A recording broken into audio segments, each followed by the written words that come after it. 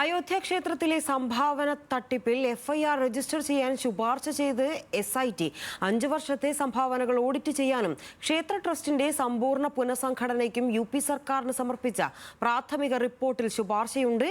SIT ശുപാർശയുടെ അടിസ്ഥാനത്തിൽ പണം എണ്ണിത്തിട്ടപ്പെടുത്തുന്ന 40 ജീവനക്കാരെ ചുമതലകളിൽ നിന്നും മാറ്റി.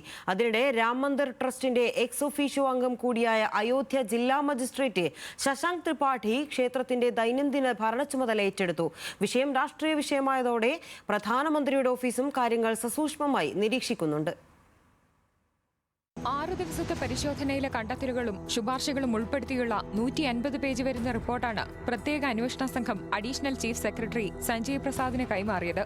സംഭാവന പണം എണ്ണുന്നതിലും വിലപിടിപ്പുള്ള വസ്തുക്കൾ പരിപാലിക്കുന്നതിലും വീഴ്ചയുണ്ടായതായി റിപ്പോർട്ടിൽ പറയുന്നു. ക്ഷേത്ര ട്രസ്റ്റിലെ ഭാരവാഹികളിൽ ചിലർക്ക് കാര്യമായ അനാസ്ഥ സംഭവിച്ചു. ഭാരവാഹികളുടെ ബന്ധുക്കളിൽ ചിലരെ ട്രസ്റ്റിൽ ഉൾപ്പെടുത്തിയതും ദുരൂഹമാണ്. പണം എണ്ണി തിട്ടപ്പെടുത്തിയിരുന്ന 20 പേർക്കെതിരെ FIR രജിസ്റ്റർ ചെയ്യാനും SIT ശുപാർശ ചെയ്തു. കാണിക്കായി ലഭിക്കുന്ന പണം ദിവസവും രജിസ്റ്ററിൽ രേഖപ്പെടുത്തി ആഴ്ചതോറും ഓഡിറ്റ് നടത്തണം.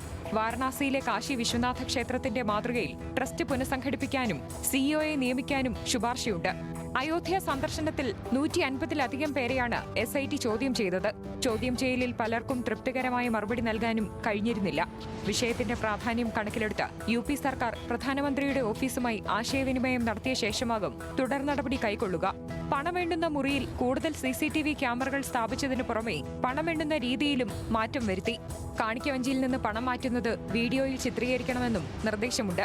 ക്രമക്കേടിൽ കോടതിയുടെ മേൽനോട്ടത്തിൽ അന്വേഷണം ആവശ്യപ്പെട്ട് സുപ്രീം കോടതിയിൽ പൊതുതാൽപര്യ ഹർജിയും സമർപ്പിച്ചു.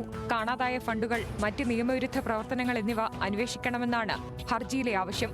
CBIയുടെ കീഴിൽ SIT രൂപീകരിക്കണമെന്നും ഹർജിയിലുണ്ട്. അഭിഭാഷകരായ അജയ് കുമാർ റായ്, ദിനേശ് കുമാർ യാദവ് എന്നിവരാണ് ഹർജിക്കാർ. National desk, news Malayalam.